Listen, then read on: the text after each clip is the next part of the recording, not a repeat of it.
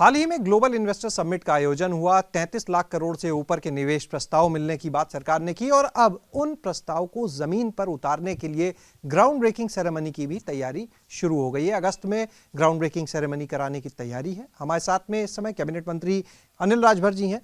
Sir, पहले global investor summit और अब ग्राउंड ब्रेकिंग की तैयारी। देखिए, ग्लोबल इन्वेस्टर समिट को लेकर जितनी भी नकारात्मक बातें विपक्ष की तरफ से फैलाई गई, एक तो उसका जवाब देने के लिए सरकार प्रतिबद्ध है। जनता किसी तरीके से गुमराह न हो। सरकार का जो लक्ष्य है उत्तर प्रदेश को सर्वोत्तम प्रदेश बनाने का, उस तरफ सरकार कितना मजबूती के साथ काम करती है, इसको भी हमें प्रमाणित करना है। देश के अंदर आप देखते होंगे जितना भी इस तरह के इवेंट होते हैं, इस तरह के कार्यक्रम होते हैं, इन्वेस्टर समिट जैसे कार्यक्रम होते हैं, तमाम सवाल उस पर खड़े किए जाते हैं।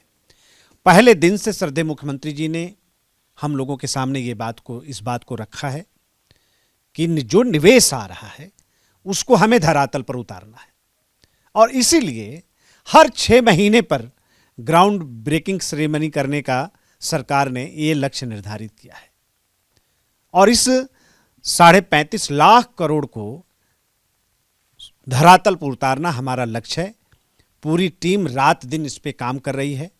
आपने देखा होगा कि निवेश मित्र 105 निवेश मित्रों का चयन भी हो रहा है। हर बड़े निवेशकों के साथ हम एक निवेश मित्र को साथ लगा रहे हैं।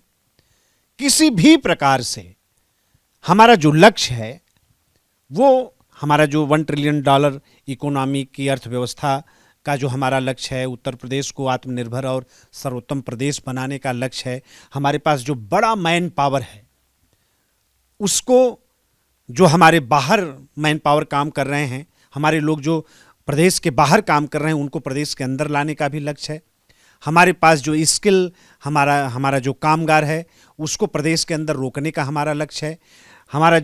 हमारे जो एक्सप्रेसवे हैं, उनके किनारे उद्योगों का समूह स्थापित करके एक बड़ा परिदृश्य निवेश के क्षेत्र में स्थापित करने का जो सरकार का लक्ष्य है, वो हमारा तभी पूरा होगा जब ये हम 35.5 लाख करोड़ को हम धरातल पर उतार पाएंगे। तो सरकार पूरी तरीके से सजग है और इस चुनौती को सरकार ने स्वीकार किया है। जिस तरह से ऐतिहासिक ग्लोबल इन्वेस्टर समिट हमने किया, उसी तरीके से ऐतिहासिक आप देखिएगा कि ग्राउंड ब्रेकिंग सेरेमनी भी होगी और ये पूरा का पूरा निवेश धरातल पर उत्तर प्रदेश में उतरेगा। मंत्री जी, आपका विभाग है श्रम एवं सेवा आयोजन, यानी सीधे सीधे रोजगार से जुड़ा। ग्लोबल इन्वेस्टर समिट हो या ग्राउंड ब्रेकिंग, इनका भी उद्देश्य है रोजगार ज़्यादा से ज़्यादा है निवेश के साथ में, तो वो काफ़ी अहम हो जाता है। 2024 का जो चुनाव है, क्या माने कि ये जो विकास का मुद्दा है, रोजगार का मुद्दा है, निवेश का मुद्दा है, प्रमुख मुद्दा होगा, इसीलिए उसी को और तेजी से आगे बढ़ा रहे हैं? युवा शक्ति हमारी प्राथमिकता है और देश के हमारे यशस्वी प्रधानमंत्री जी ने नारा दिया, श्रमेव जयते, श्रम का सम्मान होना चाहिए। कामगार की बात आज आप देख रहे थे कि ऑस्ट्रेलिया के प्रधानमंत्री जी के साथ भी जब उन्होंने चर्चा की और फिर प्रेस के साथियों से जब वो संवाद स्थापित कर रहे थे, उस समय भी उन्होंने कामगारों की चर्चा की।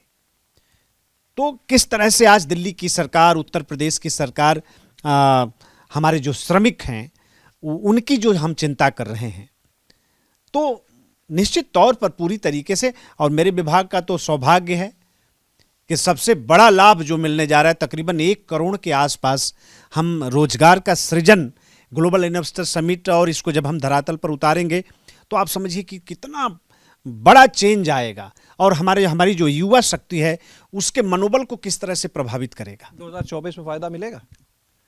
देखिए, हम लोग फायदे और हानि के हिसाब से काम नहीं करते और चुनाव को सामने रखकर इस तरह के फैसले हमारी सरकारें नहीं करती।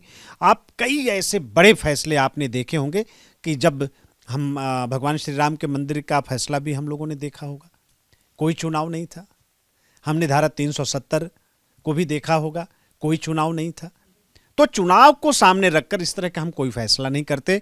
देश को बनाना, प्रदेश को बनाना, देश को विकसित राष्ट्र बनाना, अमृतकाल में 2047 तक जब हम पहुंचेंगे, देश जब आज़ादी का शताब्दी वर्ष मनाएगा, तो भारत एक विकसित राष्ट्र बन सके, इस लक्ष्य को ध्यान में, इस मकसद को, इस उद्देश्य को ध्यान में रख के हम काम कर रहे हैं। बहुत बहुत शुक्रिया बात करने के लिए। तो ये थे हमारे साथ में कैबिनेट मंत्री अनिल राजभर। कैमरा सहयोगी हरिओम के साथ शैलेश अरोरा, एबीपी गंगा, लखनऊ।